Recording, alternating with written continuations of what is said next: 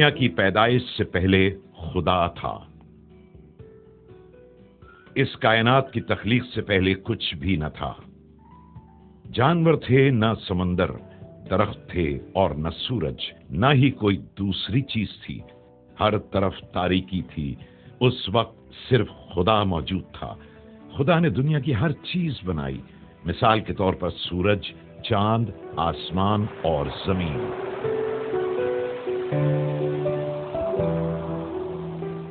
Bible کے ذریعے خدا ہم کلام ہوتا ہے۔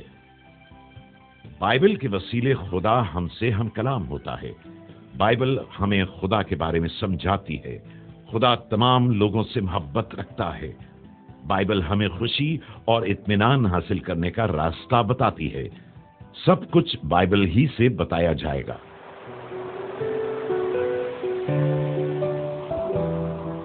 خدا نے سب کچھ بنایا۔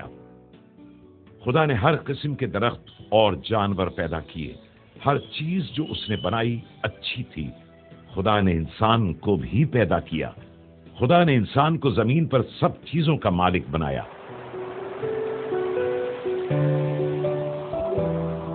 آدم اور حوا نے نافرمانی کی۔ پہلے انسان آدم اور حوا کہلائے۔ وہ خوشی خوشی باغ عدن میں رہتے تھے۔ خدا نے حکم دیا، تم باغ کے ہر درخت کا پھل کھا سکتے ہو، پر جو درخت باغ کے عین بیچ میں ہے اس کا پھل نہ کھانا۔ لیکن آدم اور حوا نے اسی درخت کا پھل کھایا۔ اس نافرمانی کے سبب انہوں نے گناہ کیا، اس لیے خدا نے انہیں سزا دی اور باغ سے نکال دیا۔ اس وقت سے سب لوگ دکھ، بیماری اور موت کا شکار ہو چکے ہیں۔ لیکن خدا پھر بھی ان سے محبت کرتا رہا اور ان کو دوبارہ اپنے پاس واپس لانے کا منصوبہ تیار کیا۔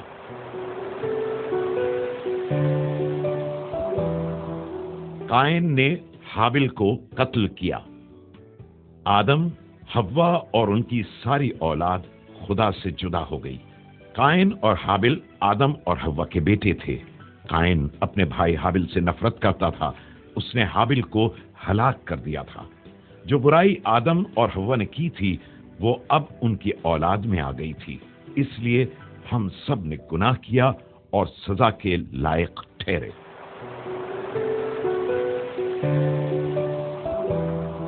نوح نے کشتی بنائی۔ آدم کی اولاد گناہ پر گناہ کرتی چلی گئی۔ خدا نے ان کو ایک بڑے طوفان کے ذریعے سزا دینے کا فیصلہ کیا، لیکن صرف نوح خدا کا حکم مانتا تھا۔ خدا نے نوح سے ایک کشتی بنانے کے لیے کہا تاکہ وہ طوفان سے محفوظ رہے۔ جب کشتی بن گئی تو نوح اور اس کا خاندان کشتی کے اندر چلے گئے۔ لوگ شروع ہی سے نوح کے کاموں کا مذاق اڑاتے تھے، کیونکہ انہوں نے یقین نہیں کیا تھا کہ خدا انہیں ہلاک کرنے والا ہے۔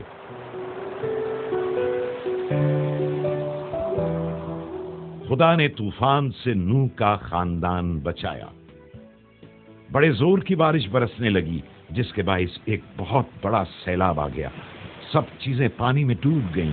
جتنے لوگ کشتی سے باہر تھے وہ سب ڈوب گئے، کیونکہ وہ خدا پر ایمان نہیں لائے تھے۔ صرف نوح اور اس کا خاندان بچ گیا، کیونکہ وہ خدا پر ایمان رکھتے تھے اور اس کے حکموں کو مانتے تھے۔ جب طوفان رک گیا، پانی خشک ہو گیا، تو آسمان پر ایک قوس قزح نمودار ہوئی۔ یہ خدا کی طرف سے ایک عہد تھا کہ وہ پھر انسان کو اس طرح ہلاک نہیں کرے گا۔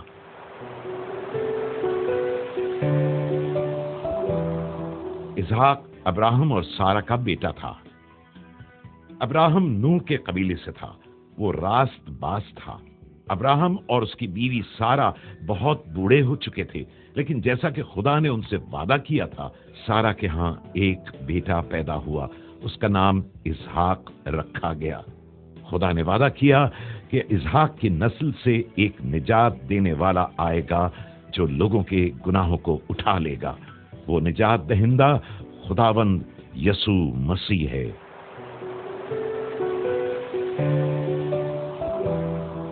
خدا نے موسیٰ کو شریعت دی۔ موسیٰ ابراہم اور اسحاق کے قبیلے سے تھا۔ موسیٰ خدا پر ایمان رکھتا تھا۔ خدا نے موسیٰ کو پہاڑ پر جانے کے لیے کہا، وہاں خدا نے موسیٰ کو شریعت دی۔ موسیٰ پہاڑ سے نیچے اترا اور اس نے شریعت لوگوں کو دی۔ خدا نے کہا سب لوگوں کو میری شریعت ماننا ہوگی۔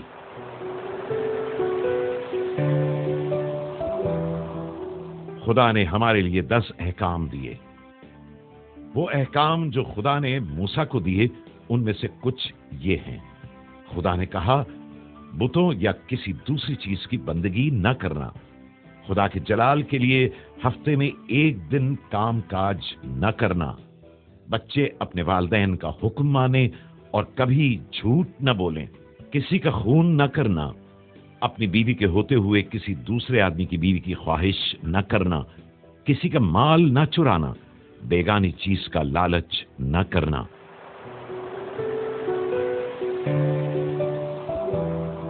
گناہ کے لیے قربانی دی گئی۔ خدا کے قوانین کو توڑنا گناہ ہے، لیکن ہم سب نے خدا کے قوانین کو توڑا ہے۔ خدا جانتا ہے کہ ہم کیا کرتے ہیں، لیکن پھر بھی وہ ہمیں پیار کرتا ہے۔ گناہ کی مزدوری موت ہے۔ موسیٰ کے زمانے میں انسان کے بجائے برہ کی قربانی دی جاتی تھی۔ آج ہمیں اس کی ضرورت نہیں، کیونکہ یسوع خود خدا کا برہ بن گیا۔ اس نے ہمارے گناہوں کی سزا اٹھانے کے لیے صلیب پر جان دی۔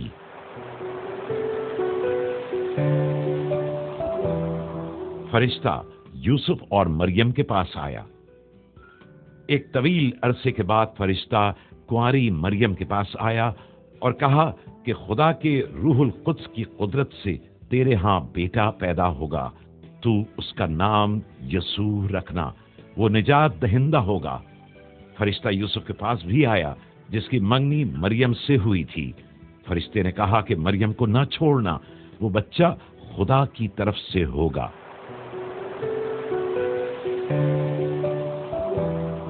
فرشتے نے خوشخبری دی کہ یسوع پیدا ہوا۔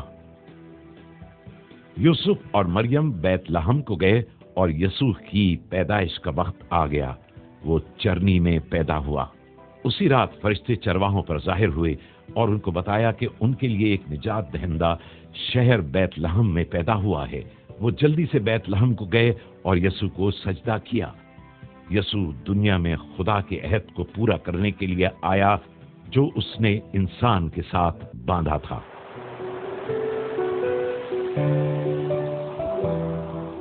یسوع بڑھتا اور قوت پاتا گیا۔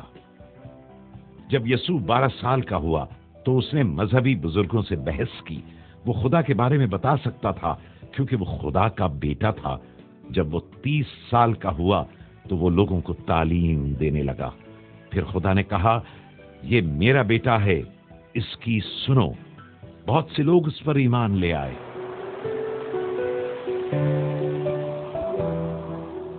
معجزوں سے اس کی خدائی طاقت ظاہر ہوئی۔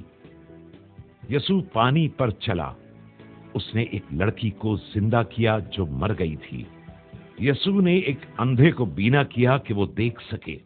بدروحیں بھی اس کا حکم مانتی تھیں۔ جب لوگوں نے معجزے دیکھے تو اس کے پیچھے ہو لیے۔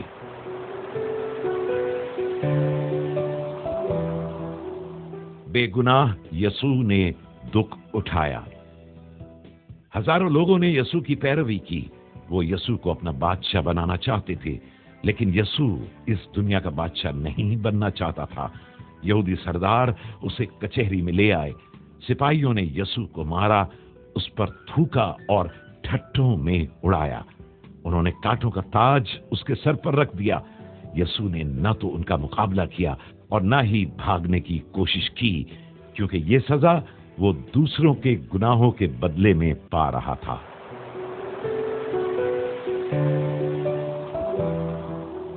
ہمارے گناہوں کے لیے یسوع کا خون بہایا گیا۔ سپاہیوں نے یسوع کو صلیب پر کیلوں سے جڑ دیا۔ اس کا خون بہہ نکلا اور اس نے جان دے دی۔ ایک سپاہی چلا اٹھا، بے شک یہ خدا کا بیٹا تھا۔ یسوع کے مرنے کے بعد اس کے دوستوں نے اس کی لاش کو صلیب پر سے اتارا اور کفن میں لپیٹ کر قبر میں رکھ دیا۔ قبر کے منہ پر ایک بڑا پتھر رکھ دیا گیا۔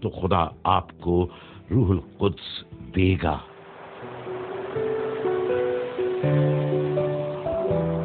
نور میں یسوع کے ساتھ چلتے رہو۔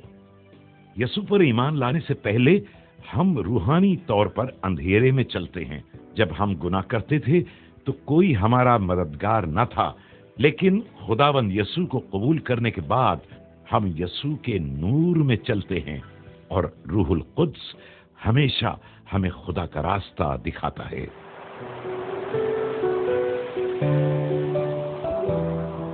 خدا سے محبت رکھو، نہ کہ دنیا سے۔ خدا فرماتا ہے کہ مسیحی اپنے پرانے طریقے چھوڑ دیں اور دنیاوی چیزوں سے محبت نہ رکھیں۔ ایک مسیحی آسمانی چیزوں کے دھیان میں رہتا ہے، وہ خدا کے بتائے ہوئے راستوں پر چلتا ہے اور اس قدر شکر گزار ہوتا ہے کہ خدا اس کے سارے گناہ معاف کر دیتا ہے۔ کسی بھی مسیحی کو حرام کاری، لڑائی جھگڑا، چور چکاری، بت پرستی یا قبر پرستی نہیں کرنی چاہیے۔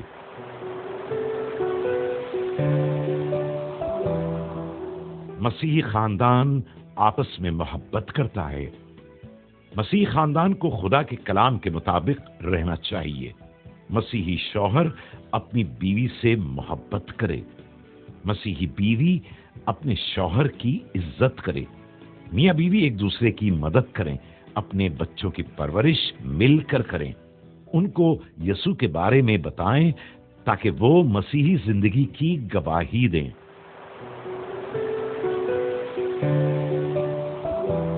اپنے پڑوسی اور دشمن سے محبت کرو۔ خدا ہمارے ذریعے دوسروں سے محبت کرتا ہے۔ جب ہم اپنے آپ کو خالی کر دیتے ہیں تو خدا کی محبت ہم میں آ جاتی ہے۔ پھر خدا ہمارے ذریعے محبت کرتا ہے کیونکہ ہم اپنی فطرت کے مطابق محبت نہیں کر سکتے۔ محبت کرنا دوسروں پر مہربان ہونا ہے۔ اس لیے مسیحی اپنے پڑوسی اور دشمن سے اچھا برتاؤ کریں، ان پر مہربانی کریں، ان کی خدمت کریں اور دوسروں کو اپنے سے بہترین جانیں۔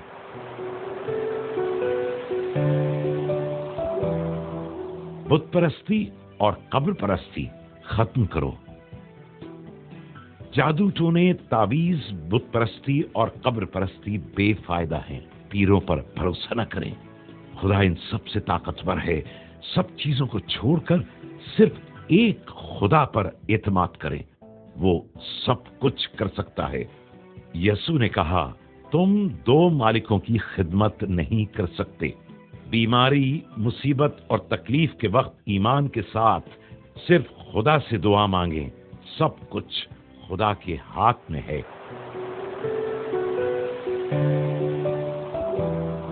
یسوع کے نام پر بدروحیں بھاگتی ہیں۔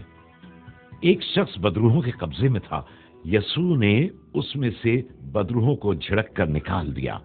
یسوع نے اس آدمی سے کہا، اپنے لوگوں میں واپس جا کر ان کو بتا کہ خداوند نے تیرے لیے کیسا بڑا کام کیا ہے۔ خداوند یسوع مسیح بدروحوں اور تمام شیطانی قوتوں سے زیادہ طاقتور ہے۔ وہ یسوع کے نام سے ڈرتی اور بھاگ جاتی ہیں۔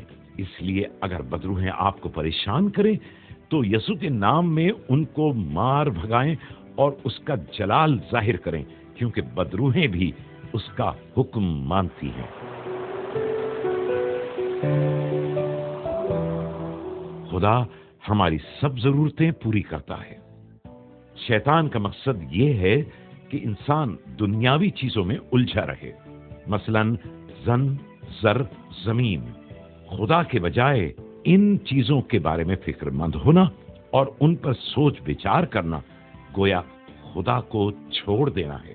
اس لیے مسیحی لوگ شیطان کی بات نہیں سنتے اور اس کی آزمائش میں نہیں پڑتے، کیونکہ وہ جانتے ہیں کہ یسوع ان کی ساری ضرورتیں پوری کرتا ہے۔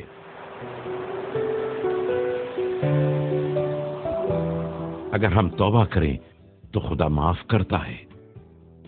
یسوع نے ایک نوجوان کی تمثیل بیان کی جس نے اپنے باپ کی دی ہوئی جائیداد کا سارا حصہ عیش و عشرت میں برباد کر دیا۔ جب پیسے ختم ہو گئے تو اسے اپنی حالت کا احساس ہوا۔ وہ واپس اپنے باپ کے پاس گیا اور اپنے گناہوں کا اقرار کر کے اس سے معافی مانگی اور کہا، میں اس لائق نہیں کہ تیرا بیٹا بنوں۔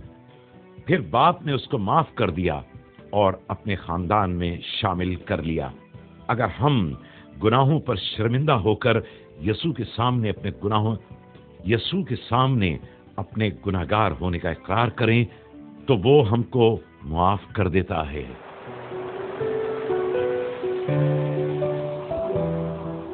یسوع بیماروں کو شفا دیتا ہے۔ ہر شخص بیمار ہو سکتا ہے۔ لوگ اس وجہ سے بھی بیمار ہو جاتے ہیں کہ وہ اپنے بدن کی ٹھیک طریقے سے حفاظت نہیں کرتے۔ بعض دفعہ شیطان کا راستہ اپنانے سے بھی بیماری آ جاتی ہے۔ بیماری کی صورت میں آپ کسی اچھے ڈاکٹر یا اسپتال میں جائیں، کیونکہ خدا آپ کو شفا دینے کے لیے انہیں استعمال کرتا ہے۔ کسی نیم حکیم یا پیر کے پاس نہ جائیں۔ اگر آپ بیمار ہیں تو یسوع سے دعا کریں۔ کسی جادوگر یا مردہ شخص کی روح سے مدد نہ مانگیں۔ یسوع بیماروں کی دعائیں سنتا اور شفا دیتا ہے۔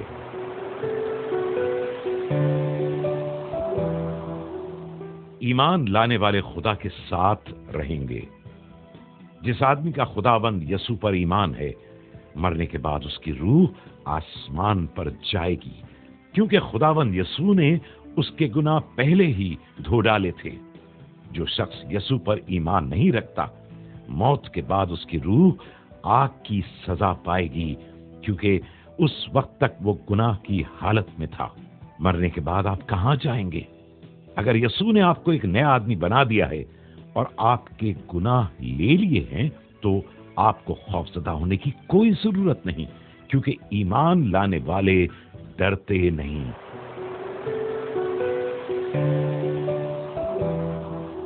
مسیحی یسوع کے بدن کا حصہ ہے۔ ہمارے بدن کے حصے اپنا اپنا کام کرتے ہیں۔ آنکھ دیکھنے کا، منہ بولنے کا اور کھانے کا، اور کان سننے کا۔ ہر حصے کا کام الگ ہے، کسی کا زیادہ، کسی کا تھوڑا۔ اگر ایک حصہ دکھ پاتا ہے تو اس کے ساتھ سارا بدن دکھ پاتا ہے۔ ہر مسیحی بدن کے ایک حصے کی مانند ہے۔ ہر مسیحی کو اپنا کام انجام دینا ہے۔ مثال کے طور پر بشارتی کام کرنا، روحانی گیت گانا اور خدمت کرنا۔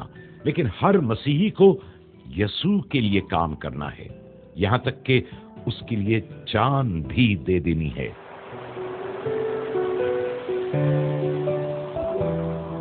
اکٹھے رفاقت اور عبادت کرتے ہیں۔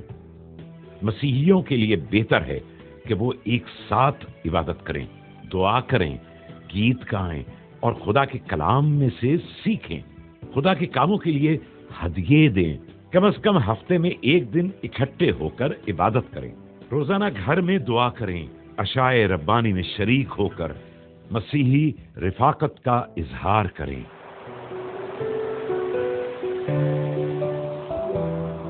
یسوع عدالت کے لیے پھر آئے گا۔ یسوع دوبارہ واپس آ رہا ہے۔ لوگ نہیں جانتے کہ ایسا کب اور کس وقت ہوگا۔ ہمیں اس کے استقبال کے لیے ہر وقت تیار رہنا چاہیے۔ پھر یسوع نے اپنے شاگردوں سے کہا، میرے باپ کے گھر میں بہت سے مکان ہیں۔ میں چاہتا ہوں تاکہ تمہارے لیے جگہ تیار کروں، اور اگر میں جا کر تمہارے لیے جگہ تیار کروں تو پھر آ کر تمہیں اپنے ساتھ لوں گا، تاکہ جہاں میں ہوں تم بھی ہو۔ اگر یسوع اسی وقت آ جائے تو کیا آپ اس کے ساتھ جانے کے لیے تیار ہیں؟